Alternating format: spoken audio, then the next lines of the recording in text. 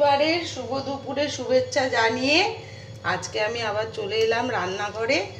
আর আজকে আমি তৈরি করব পোস্ত দিয়ে দই পোস্ত, ইলিশ মাছের দই পোস্ত। তার জন্য দেখো পোস্ত সর্ষে দিইনি, পোস্ত জিরে আর কাঁচা লঙ্কা একসাথে বেটে রেখেছি। আর সেই মিশ্রণটাই দিয়ে দিলাম দই আর স্বাদ মতো নুন আর হলুদ, কয়েকটা চেরা কাঁচা লঙ্কা আর বেশ খানিকটা সর্ষের তেল। ইলিশ মাছে সর্ষের তেল ছাড়া তো হবেই না, তাই আমি একটু বেশি করেই সর্ষের তেল দিয়ে দিলাম। এবার ভালো করে মেখে তারপর আমি মাছগুলো একটু জল দিয়ে ঢাকা দিয়ে আমি এটাকে হতে দেব। তোমরা দেখতে থাকো পুরো ভিডিওটা। সব কিছু ভালো করে মেখে নিয়েছি আর আমি একটু জল দিয়ে দেব। জল দিয়ে ঢাকা দিয়ে আমি এটাকে হতে দেব, বেশি জল দেব না, একটু মাখা মাখা করেই করব।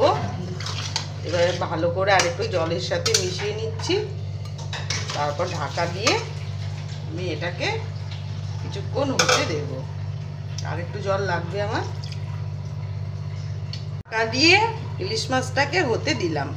ও মাঝখানে একবার ঢাকা খুলে আমি একবার নেড়ে দিচ্ছি, আবার গ্যাসের ফ্লেমটাকে একদম লোতে রেখে আবার কিছুক্ষণ আমি হতে দেব।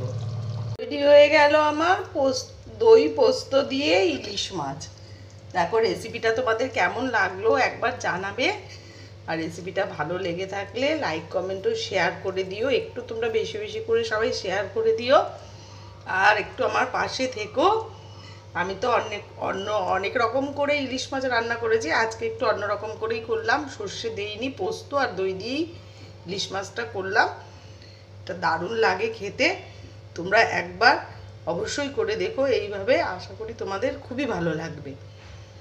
এরকম দই পোস্ত ইলিশ এই বর্ষার দিনে খেতে গরম ভাতের সাথে খুবই ভালো লাগবে। তোমরা একবার অবশ্যই করে দেখো এইভাবে।